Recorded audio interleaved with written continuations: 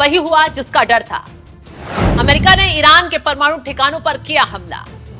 अब शुरू होगा तीसरा विश्व युद्ध। तीसरे विश्व युद्ध का होगा अब आधिकारिक ऐलान।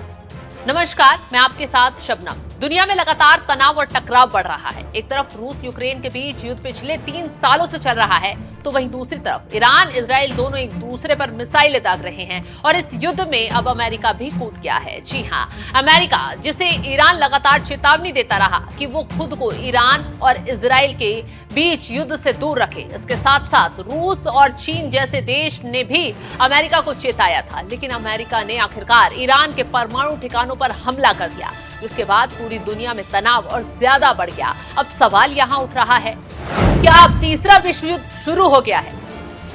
क्या इसका भी कोई आधिकारिक ऐलान होता है? और अगर होता है तो कैसे पता चलेगा? ये तमाम सवाल हैं जो तीसरे विश्व युद्ध को लेकर आम लोगों के मन में उठ रहे हैं। तो चलिए आपको विस्तार से सभी सवालों के जवाब भी दे देते हैं। सबसे पहले तो हमें यह समझना होगा कि विश्व युद्ध होता क्या है। दरअसल विश्व युद्ध का मतलब होता है कि दुनिया के कई प्रमुख देश एक दूसरे के खिलाफ बढ़ जाते हैं और डायरेक्ट या इनडायरेक्ट रूप से युद्ध में शामिल हो जाते हैं। अगर इतिहास पर नजर डालें तो अब तक 2 वर्ल्ड वॉर हुए हैं, जिसमें पहला विश्व युद्ध 1914 से 1918 और दूसरा विश्व युद्ध 1939 से 1945 में हुआ। दोनों ही युद्धों की शुरुआत किसी एक घटना से हुई और पूरे विश्व को अपने चपेट में ले लिया। ठीक इसी तरह से फिलहाल जो दुनिया में जंगें लड़ी जा रही हैं, उसकी भी शुरुआत किसी न किसी घटना से हुई है और अब धीरे धीरे इसका दायरा बढ़ता जा रहा है। दुनिया के कई देशों ने एक दूसरे के साथ लामबंद होना शुरू कर दिया है। इसलिए ऐसा सोचना तीसरे विश्व युद्ध से पहले कोई आधिकारिक घोषणा होगी, ये एक तरह का भ्रम होगा, क्योंकि आज की दुनिया में युद्ध के कई रूप हैं। आजकल के युद्ध छिपकर साइबर हमलों, आर्थिक प्रतिबंधों और तकनीकी हथियारों से लड़े जा रहे हैं। तो ऐसे में कई बार लोगों को ये महीनों बाद समझ में आता है कि वे युद्ध की स्थिति में जी रहे थे।